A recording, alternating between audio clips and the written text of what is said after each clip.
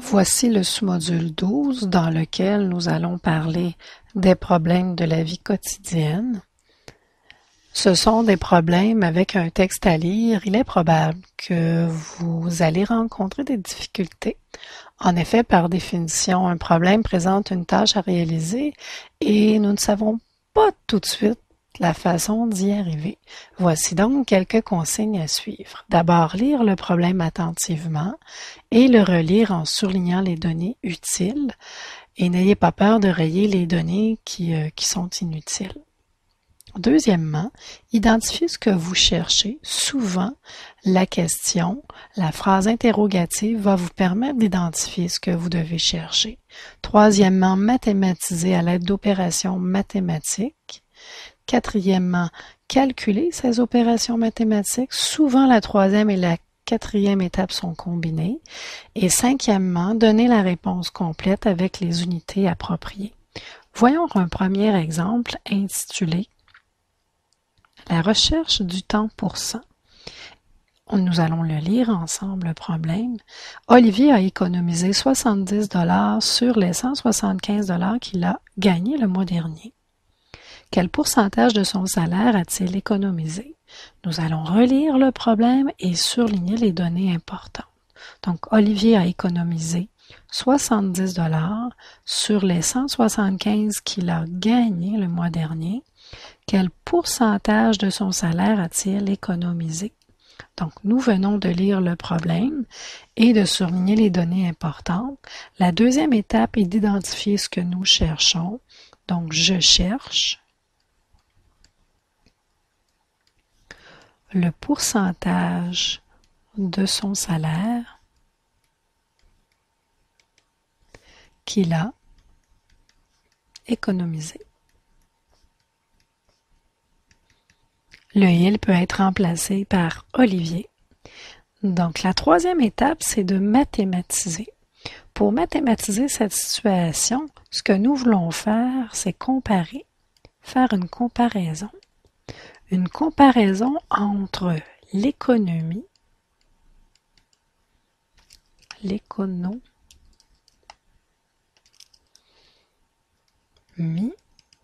et le salaire d'Olivier. Une comparaison, c'est une fraction. Donc, 70 sur son salaire de 175. Voilà la mathématisation. Ça, ici, c'était ma troisième étape. À la quatrième étape, je vais exécuter ce calcul. Donc, 70 sur 175 peut se réduire en divisant par 35 sur 35 et j'obtiens 2 sur 5. 2 sur 5 est une fraction qui peut être transformée en fraction décimale si je multiplie le numérateur et le dénominateur par 20 sur 20. J'obtiens 40 sur 100 et donc 40%. Ma cinquième étape était de formuler la réponse en donnant les unités. Donc, Olivier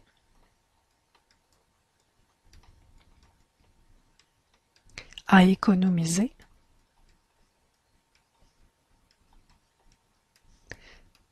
40% de son salaire.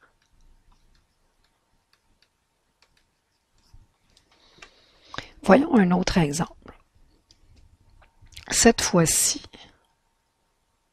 on recherche le nombre dont on connaît le pourcentage. Lisons le problème. Quel est le nombre dont les 12% donnent 57,6? Donc, les deux données importantes sont 12% qui donne 57,6 et ce que je cherche, c'est un nombre. Donc, je cherche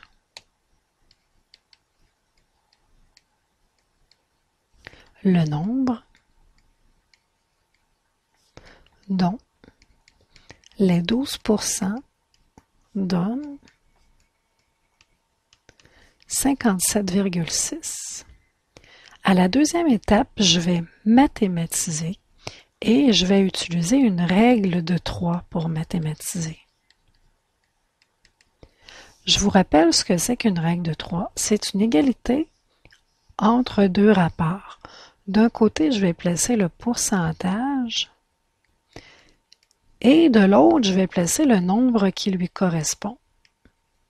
Donc, à 12% correspond 57,6.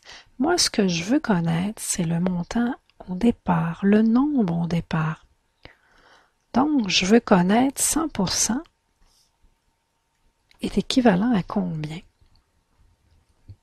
Donc, pour faire ce calcul, nous allons multiplier les deux nombres sur la diagonale, 57,6 fois 100%, et nous allons diviser par le nombre qui est seul sur l'autre diagonale. Donc, 57,6 multiplié par 100 me donne 5760%, divisé par 12%.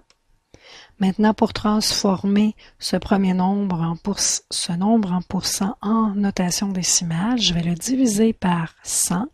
J'obtiens 57,60 et 12% en notation décimale devient 0,12.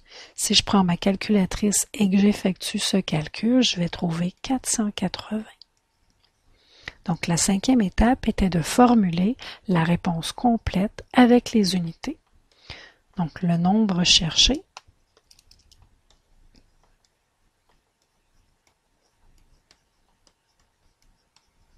est 480. Ainsi, si je prends les 12% de 480, j'obtiens 57,6. Voici deux problèmes de rabais ou de réduction. D'abord, nous allons parler de Carole. Carole achète un téléviseur de 1 270 $. Elle obtient un rabais de 15%. Combien paie-t-elle ce téléviseur? Donc, relisons le problème en surlignant les données importantes. Carole achète un téléviseur de 1 270 $. Elle obtient un rabais de 15%. Combien paie-t-elle? Donc, nous avons fait la première étape, c'était de lire et de surligner les données importantes. À la deuxième étape, identifier ce que nous cherchons. Nous cherchons le prix du téléviseur après le rabais.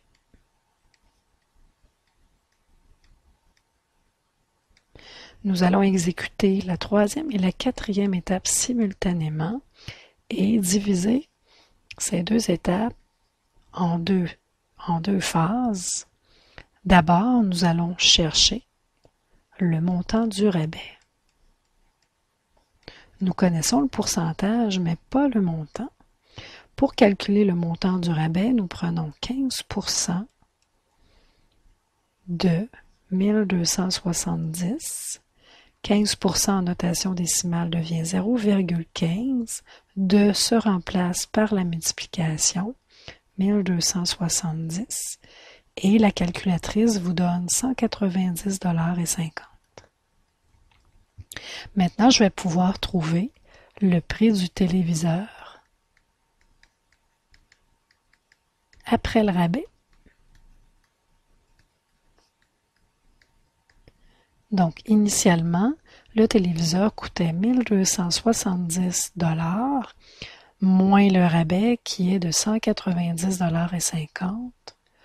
J'obtiens 1079,50 $.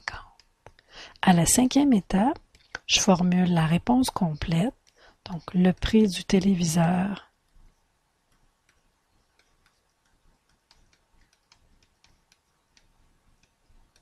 après le rabais est de 1079,50 $. Maintenant, nous voici avec Pierre. Pierre a payé 2376 $ un vélo après avoir obtenu un rabais de 25%. Quel était le prix du vélo avant le rabais? Donc, relisons le problème en surlignant les données importantes. Pierre a payé 2376 $ un vélo, après avoir obtenu un rabais de 25%, ce qu'on cherche est le prix du vélo avant le rabais. Donc, la première étape est exécutée. La deuxième, nous allons trouver ou identifier ce que nous cherchons. Nous cherchons le prix du vélo avant le rabais. L'étape 3 et 4 se feront simultanément, mais en deux phases. La phase A, nous allons chercher le pourcentage payé par Pierre.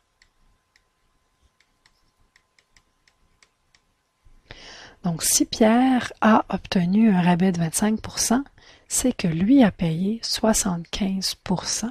Donc, nous pouvons trouver ce 75% en faisant 100% moins 25%. Donc, le montant initial correspond à 100%, moins le pourcentage du rabais. Il me reste 75%. Donc, Pierre a payé 75% du prix. Mais de quel prix? C'est justement ce prix que je cherche à déterminer.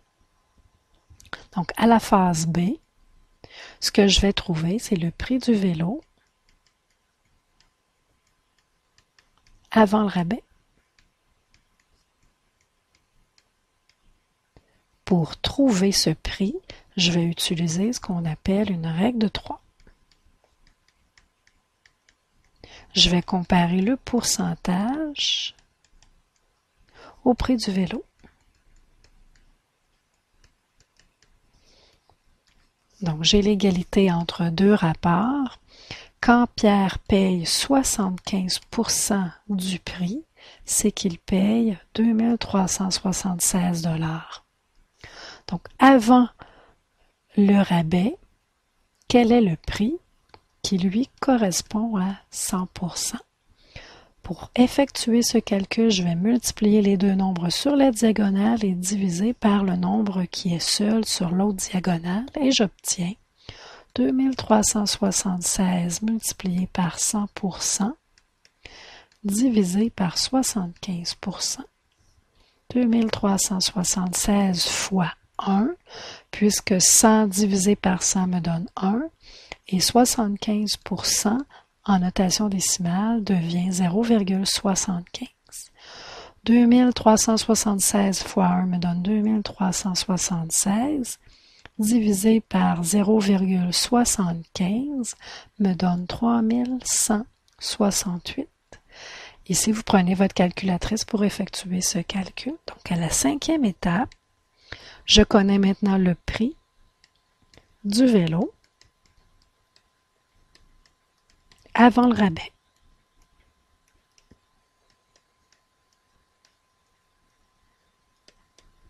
Est 3168 $. Oh, quel vélo! Ici maintenant un problème d'intérêt. Madame Fortier veut se construire une maison et prévoit qu'elle devra contracter un emprunt de 25 500 $ à 6% l'an. Qu'aura-t-elle déboursé en intérêt au bout de 15 ans? Donc, relisons le problème en surlignant les données importantes. Donc, Madame Fortier veut se construire une maison et prévoit qu'elle devra contracter un emprunt de 25 500 $ à 6% l'an.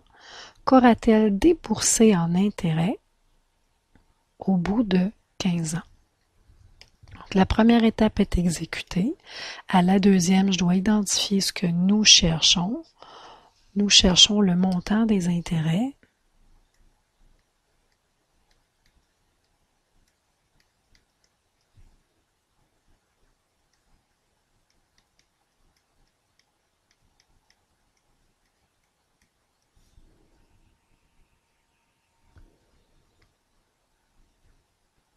Pour 15 ans. Nous allons faire la troisième et la quatrième étape simultanément. Et nous allons diviser en deux phases ce calcul. D'abord, calculons l'intérêt pour un an. L'intérêt payé par Madame Fortier pour un an.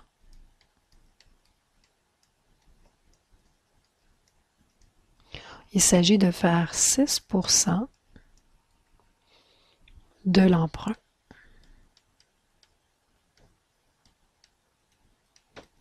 Donc 6% se traduit par 0,06 de une multiplication et elle a emprunté 25 500 $. Par la calculatrice, vous obtenez 1 530 $. Ce montant est le montant en intérêt payé pour un an. Maintenant, pour 15 ans, intérêt pour 15 ans,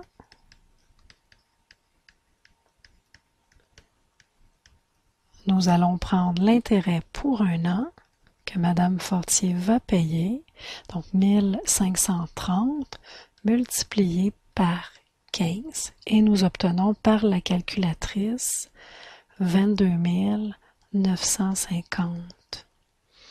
Cinquième étape, je formule une phrase complète pour donner la réponse. Donc, le montant déboursé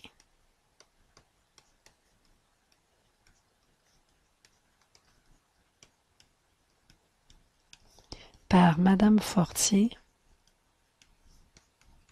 en intérêt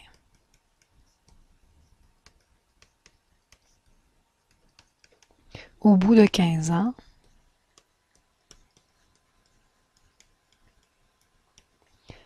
est de 22 950 $. Ici, j'ai fait une petite faute de français, je vais l'effacer, j'ai mis un S à montant. Donc, voilà pour Madame Fortier. Passons à un autre exemple. Cette fois-ci, nous allons parler de profits et pertes. Ici, c'est un marchand. Un marchand revend 368 $ un manteau qui lui avait coûté 148 $. Si les frais généraux, qui sont des dépenses faites pour le fonctionnement du magasin, s'élèvent à 16%, calculez le pourcentage du profit net que le marchand fait. Nous allons relire le problème en surlignant les données importantes.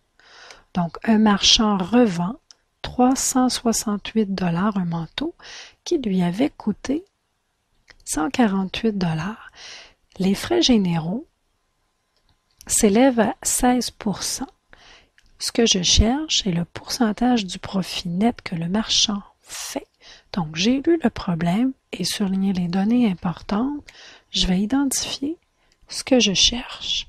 Donc, ce que je cherche, c'est le pourcentage du profit net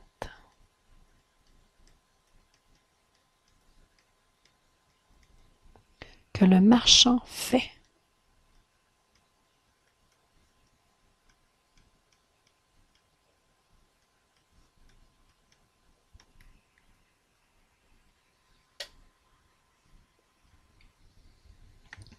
Je vais faire la troisième et la quatrième étape simultanément en plusieurs phases.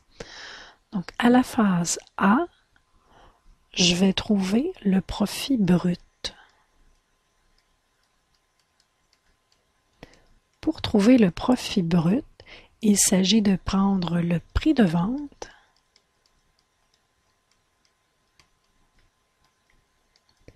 moins le prix coûtant. Le prix coûtant, c'est le prix que lui, le marchand, a payé pour ce manteau-là. Donc, il le revend 368 $, ça c'est le prix de vente, moins le coût du manteau que lui a payé, 148 $, et j'obtiens 220 $. En B, à la deuxième phase, je vais trouver le montant des frais généraux.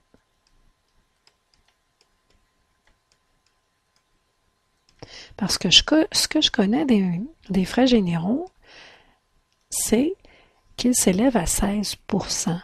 Donc, je vais calculer 16% du prix de vente.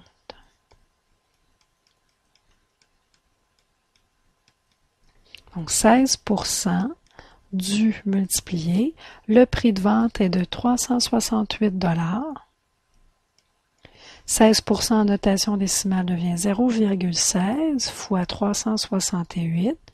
Par la calculatrice, je trouve 58,88. C. La troisième phase, je vais trouver le profit net. Le profit net est obtenu en prenant le profit brut moins les frais généraux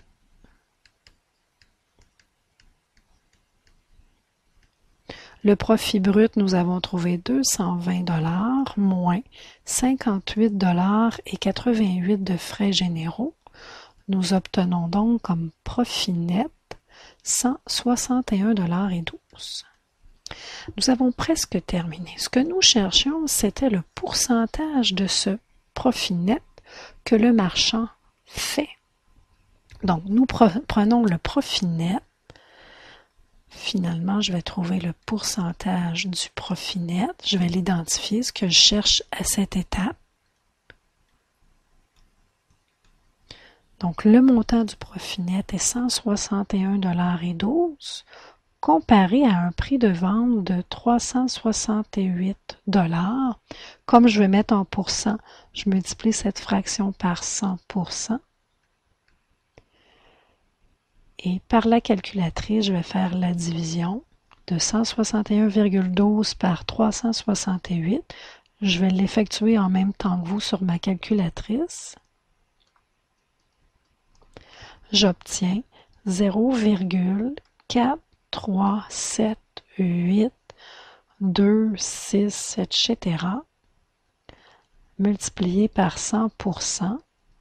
Donc, ce nombre décimal multiplié par 100 m'amène à tasser la virgule de 2 positions vers la droite et je trouve 43,7826%. Si j'arrondis au dixième près, parce que c'est suffisant dans ce cas-ci, j'obtiendrai 43,8%. Et maintenant, la cinquième étape. Ce que je cherchais, c'est le pourcentage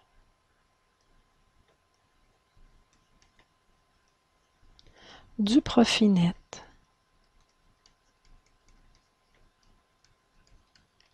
Fait par le marchand.